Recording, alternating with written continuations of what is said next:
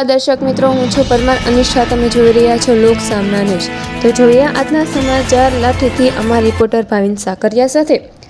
વિશ્વ પર્યાવરણ દિવસની ઉજવણીના ભાગરૂપે લાઠી શહેર ખાતે ધારાસભ્ય જનકભાઈ તળાવિયાની ઉપસ્થિતિમાં વૃક્ષારોપણ કાર્યક્રમનું આયોજન કરવામાં આવ્યું હતું. પર્યાવરણના સંરક્ષણ અને હરિયાળી વધારવાના ઉદ્દેશ સાથે યોજાયેલા આ કાર્યક્રમમાં શહેર ભાજપ સંગઠન, લાઠી નગરપાલિકાના ચૂંટાયેલા પ્રતિનિધિઓ, મોટી સંખ્યામાં આગેવાનો, કાર્યકરો, નગરજનો તથા યુવાનો જોડાયા હતા. કાર્યક્રમ દરમિયાન વિવિધ જાતના વૃક્ષોના રોપાણનું વાવેતર કરવામાં આવ્યું હતું. ધારાસભ્ય જનકભાઈ તળાવિયાએ વૃક્ષારોપણ કરીને પર્યાવરણ જાળવવા માટે સૌને વધુમાં વધુ વૃક્ષો વાવવા અને તેનું જતન કરવાની અપીલ કરી હતી. તેમણે જણાવ્યું હતું કે વૃક્ષો માત્ર પરિવારનું સંતુલન જાળવવામાં જ નહીં, પરંતુ માનવ જીવનને શુદ્ધ હવા, ઓક્સિજન અને સ્વસ્થ વાતાવરણ પ્રદાન કરવામાં પણ મહત્વપૂર્ણ ભૂમિકા ભજવશે.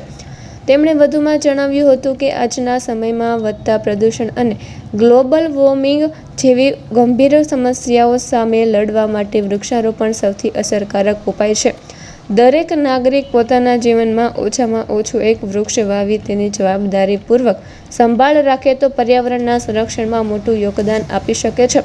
આ પ્રસંગે ઉપસ્થિત મહાનુભાવોએ પણ પર્યાવરણ જાગૃતિ અંગે પોતાના વિચારો વ્યક્ત કર્યા હતા અને હરિયાળા ગુજરાતના નિર્માણ માટે સૌએ સાથે મળીને કાર્ય કરવાની પ્રતિબદ્ધતા વ્યક્ત કરી હતી.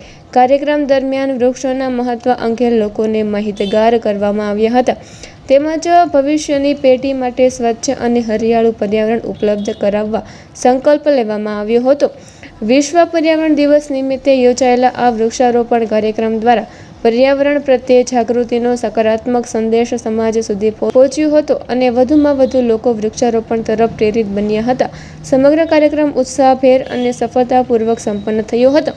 તો ફરી મળીશું એક નવા સમાચાર સાથે. ત્યાં સુધી જોતા રહો લોક સામના ન્યૂઝ.